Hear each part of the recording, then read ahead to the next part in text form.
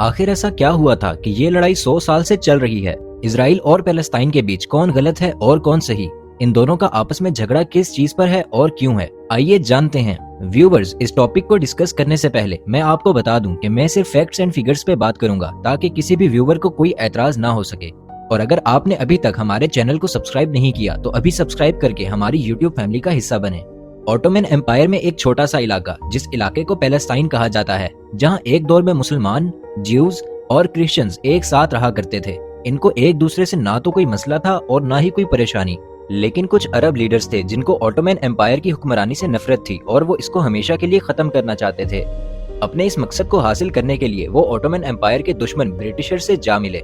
Britishers ने उनसे वादा किया कि अगर वो जंग में ऑटोमन एम्पायर के खिलाफ उनकी मदद करेंगे तो बदले में इनको आजाद देश दिया जाएगा। ये बात है 1917 की, जब वर्ल्ड वॉर 1 चल रही थी और ऑटोमन एम्पायर को बुरी तरह शिकस्त हो रही थी।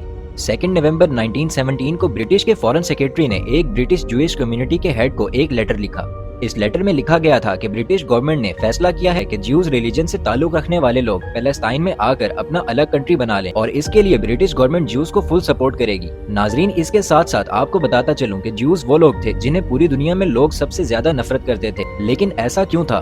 क्रिश्चियंस ये समझते थे कि वो ज्यूज ही थे जिनकी वजह से जीसस क्राइस्ट की मौत हुई थी।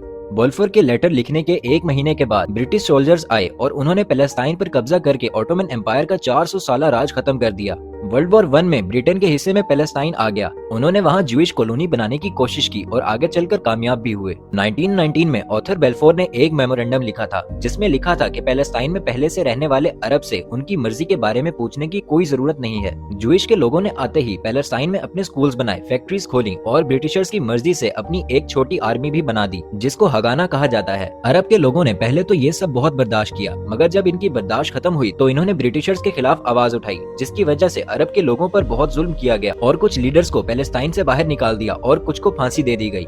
आखिरकार ब्रिटिश गवर्नमेंट ने फैसला किया कि पैलेस्टाइन को 2 हिस्सों में डिवाइड कर दिया जाए, मगर अरब इस पर भी ना माने और इनके खिलाफ एहतजाज करने लगे।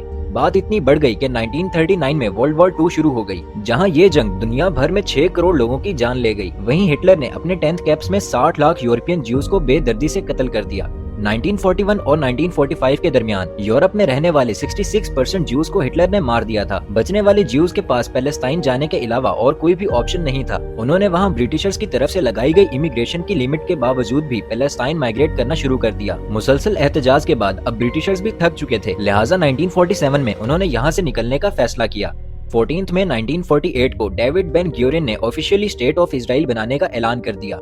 वो इजराइल के पहले पीएम बन चुके थे। 1948 में तमाम अरब कंट्रीज ने मिलकर इजराइल पर हमला करने का फैसला किया और कहा कि ये ब्रिटिशर्स का नया तरीका है अपनी हुक्मरानी जताने का। ये पहली अरब इजराइल वॉर थी जिसमें 5 अरब कंट्रीज एक छोटे से इजराइल पर हमला करती हैं, जिसको बने अभी चंद महीने ही गुजरे हैं। लेकिन इजराइल को वेस्टर्न कंट्रीज की सपोर्ट हासिल थी और हकीकत में उसके पास काफी स्ट्रॉन्ग मिलिट्रीज भी थी, लिहाजा अकेले इजराइल ने 5 अरब कंट्रीज को शिकस्त दे दी। 1967 में एक और अरब इजराइल जंग होती है जिसमें इजराइल पूरे इजिप्ट पर कब्जा कर लेता है। इस सब के बीच में पैलेस्टाइन के लोग अपना मुल्क बनाना चाहते हैं। शुरू में पैलेस्टाइन के लोग अपने हथियार उठाकर फोर्सफुली अपना मुल्क पाने की कोशिश करते रहे, लेकिन जब इन्होंने अपना नाम बनाने के लिए शिप्स हाईजैक करना शुरू की तो इनको टेररिस्ट करार दे दिया गया। 1992 में इजराइल और पैलेस्टाइन के दरमियान पीस टॉक्स होती हैं। पैलेस्टाइन के लोगों के लीडर यासिर अराफात आखिरकार इजराइल को एक्सेप्ट कर लेते हैं और इजरायली पीएम यिट्ज़हक रैबिन भी पैलेस्टाइन को एक्सेप्ट करके ये तस्लीम करते हैं कि पैलेस्टाइन टेररिस्ट नहीं है। लेकिन अचानक 1995 में कुछ ऐसा हुआ जिसने सबके रोंगटे खड़े कर दिए। ज्यूइश ग्रुप ने अपने ही प्राइम मिनिस्टर का कत्ल कर दिया। वो किसी भी कीमत पर ये नहीं चाहते थे कि वेस्ट बैंक के आसपास भी कोई पैलेस्टीन बसे।